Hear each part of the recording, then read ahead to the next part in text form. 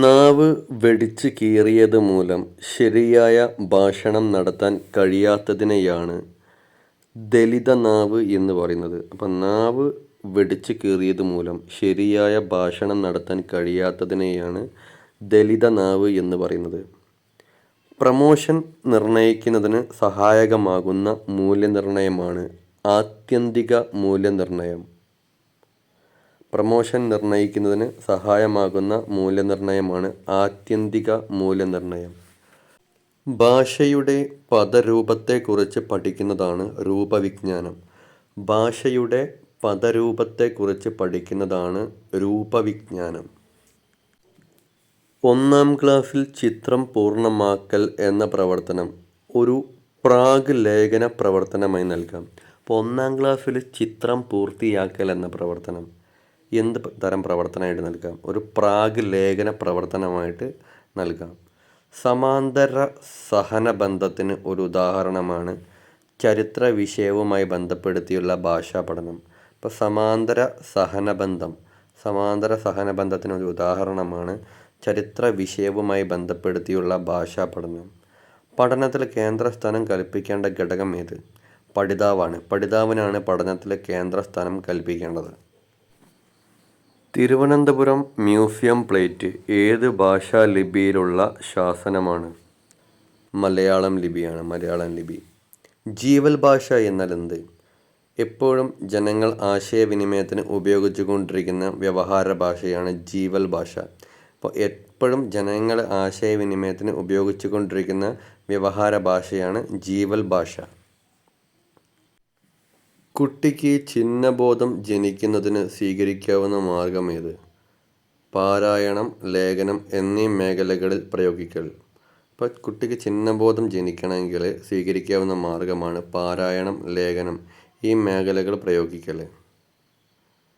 പ്രാഥമിക ഘട്ടത്തിലെ അഭികാമ്യമായ ഭാഷാ പഠന രീതി ഏത്?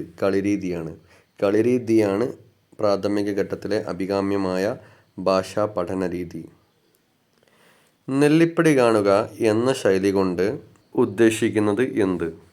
അവസാനം കാണുക എന്നാണ്. അപ്പം നെല്ലിപ്പടി കാണുക എന്ന് പറഞ്ഞാൽ അവസാനം കാണുക എന്നാണ് ഉദ്ദേശിക്കുന്നത്. സ്കൂൾ സാഹിത്യ സമാജത്തിൻ്റെ പരമമായ ലക്ഷ്യമെന്ത്? സർഗാത്മകതയുടെ വികസനമാണ്. അപ്പോൾ സ്കൂൾ സാഹിത്യ സമാജത്തിൻ്റെ പരമമായ ലക്ഷ്യം എന്ന് പറയുന്നത് സർഗാത്മകതയുടെ വികസനമാണ്. ഭാഷണ സ്വനങ്ങളെ പറ്റിയുള്ള സമഗ്രമായ പഠനത്തിൻ്റെ പേരെന്ത്? സ്വനവിജ്ഞാനം. ഭാഷണ സ്വനങ്ങളെ പറ്റിയുള്ള സമഗ്രമായ പഠനത്തിൻ്റെ പേരാണ് സ്വനവിജ്ഞാനം. പ്രവർത്തനാധിഷ്ഠിത മൂല്യനിർണ്ണയത്തിൽ ശേഷികൾ തിരിച്ചറിയുന്നതിന് മാർക്ക് നൽകുന്നതിന് പകരം സ്വീകരിക്കുന്ന സമ്പ്രദായമാണ് ഗ്രേഡ് നൽകൽ.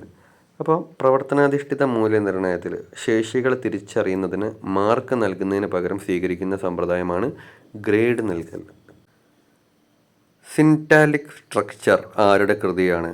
നോം ചോംസ്കിയുടേതാണ്. സിൻറ്റാലിക് സ്ട്രക്ചർ എന്ന് പറയുന്നത് നോം ചോംസ്കിയുടെ കൃതിയാണ്.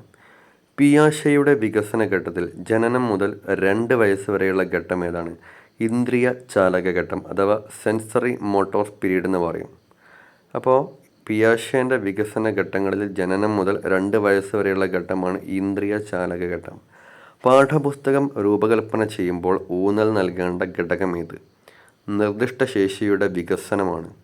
പാഠപുസ്തകം രൂപകൽപ്പന ചെയ്യുമ്പോൾ ഊന്നൽ നൽകേണ്ട ഘടകമാണ് നിർദ്ദിഷ്ട ശേഷിയുടെ വികസനം. മലയാള ഭാഷയിലെ ആദ്യത്തെ സഞ്ചാര സാഹിത്യ കൃതി ഏതാണ്? വർത്തമാന പുസ്തകമാണ്. മലയാള ഭാഷയിലെ ആദ്യത്തെ സഞ്ചാര സാഹിത്യ കൃതിയാണ് വർത്തമാന പുസ്തകം. ശിശു കേന്ദ്രീകൃത വിദ്യാഭ്യാസത്തിൻ്റെ ഉപജ്ഞാവ് എന്നറിയപ്പെടുന്നത് ആരാണ്? റൂസോ. അപ്പോൾ റൂസോയാണ് ശിശു കേന്ദ്രീകൃത വിദ്യാഭ്യാസത്തിൻ്റെ ഉപജ്ഞാതാവ് എന്നറിയപ്പെടുന്നത്. കുട്ടികളിൽ ഗണിതശാസ്ത്രത്തോട് താല്പര്യം ഉളവാക്കാൻ എന്ത് ചെയ്യണം? അഭിപ്രേരണ ഉളവാക്കണം. അപ്പോൾ കുട്ടികളിൽ ഗണിതശാസ്ത്രത്തോട് താല്പര്യമുണ്ടാക്കണമെങ്കിൽ അഭിപ്രേരണ ഉളവാക്കണം. ഒരു കുട്ടി ഗണിതശാസ്ത്രജ്ഞന്മാരുടെ ജീവചരിത്രങ്ങൾ വായിക്കുമ്പോൾ നേടുന്ന ബോധന ഉദ്ദേശം എന്താണ്? താല്പര്യം. ഒരു കുട്ടി ഗണിതശാസ്ത്രജ്ഞന്മാരുടെ ജീവചരിത്രങ്ങൾ വായിക്കുമ്പോൾ നേടുന്ന ബോധനോദ്ദേശമാണ് താല്പര്യം.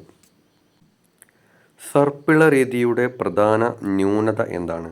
സമഗ്ര വിജ്ഞാനം നൽകുന്നില്ല. അപ്പോൾ സർപ്പിള രീതിയുടെ പ്രധാന ന്യൂനത കുറവാണ്, സമഗ്ര വിജ്ഞാനം നൽകുന്നില്ല. ഒരു ഏകകം തന്നെ പല ഭാഗങ്ങളായി തിരിച്ച് പല ക്ലാസ്സുകളിൽ പഠിപ്പിക്കുന്ന രീതിക്ക് പറയുന്ന പേരാണ് സർപ്പിള രീതി. അപ്പോൾ ഒരു ഏകകം തന്നെ പല ഭാഗങ്ങളായി തിരിച്ച് പല ക്ലാസ്സുകളിൽ പഠിപ്പിക്കുന്ന രീതിയാണ് സർപ്പിള രീതി. SMSG പാഠ്യപദ്ധതി ഏത് രാജ്യത്തിൻ്റെ സംഭാവനയാണ്? USA സംഭാവനയാണ്. അപ്പോൾ SMSG പാഠ്യപദ്ധതി USA സംഭാവനയാണ്.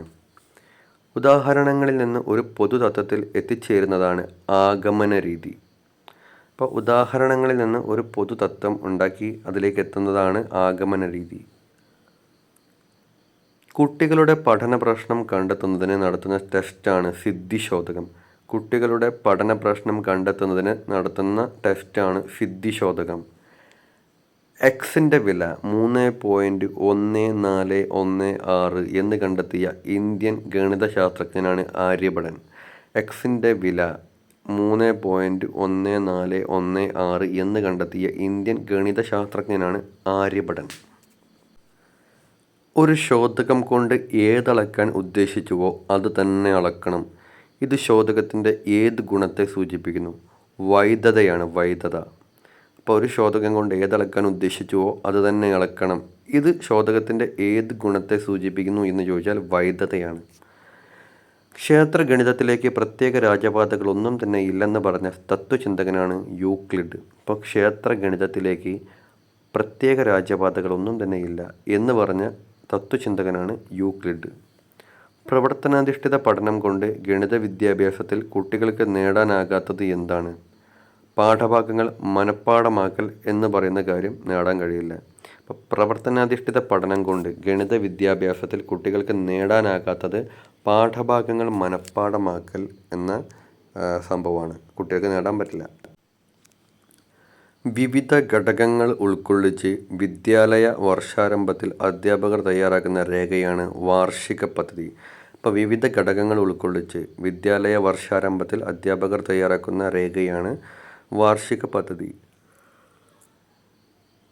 ആദ്യത്തെ യന്ത്ര കമ്പ്യൂട്ടർ കണ്ടുപിടിച്ച ശാസ്ത്രജ്ഞനാണ് പാസ്കൽ.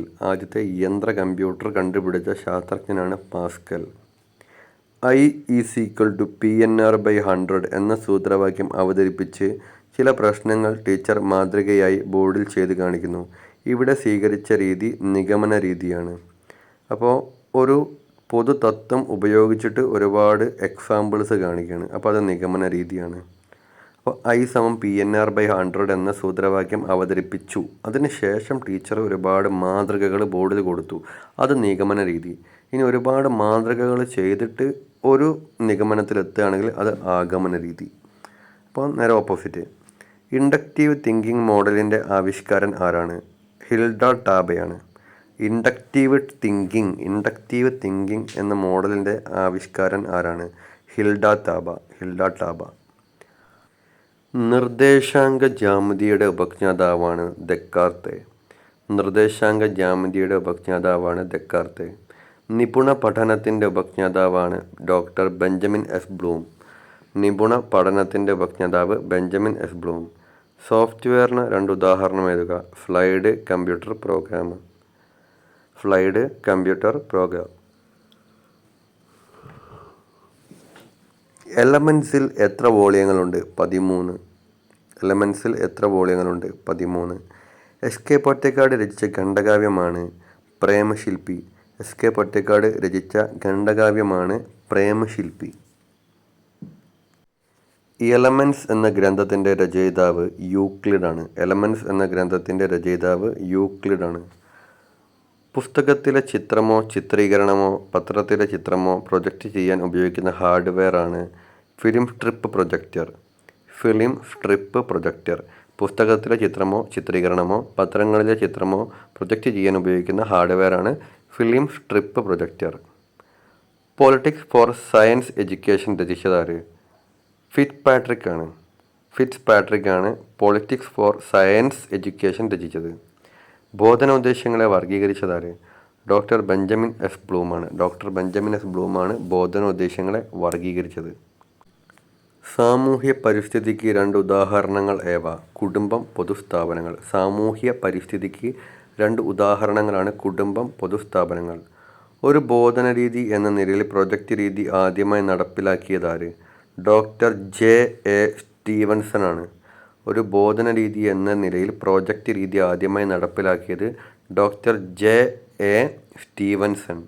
നൈപുണ്യ സമ്പാദനമായ ഒരു പ്രോജക്റ്റിന് ഉദാഹരണമാണ് നീന്തൽ പഠിക്കുക എന്നത്. നൈപുണ്യ സമ്പാദനമായ ഒരു പ്രോജക്റ്റിന് ഉദാഹരണമാണ് നീന്തൽ പഠിക്കുക എന്നത്. ഗവേഷണ രീതിയുടെ ഉപജ്ഞാതാവാണ് എച്ച്.ഇ. ആംസ്ട്രോങ്. ഗവേഷണ രീതിയുടെ ഉപജ്ഞാതാവാണ് എച്ച്.ഇ. ആംസ്ട്രോങ്. കിൻഡർ ഗാർട്ടൻ പദ്ധതിയുടെ ഉപജ്ഞാതാവാണ് ഫ്രോബൽ. കിൻഡർ ഗാർട്ടൻ പദ്ധതിയുടെ ഉപജ്ഞാതാവാണ് ഫ്രോബൽ. Thank you.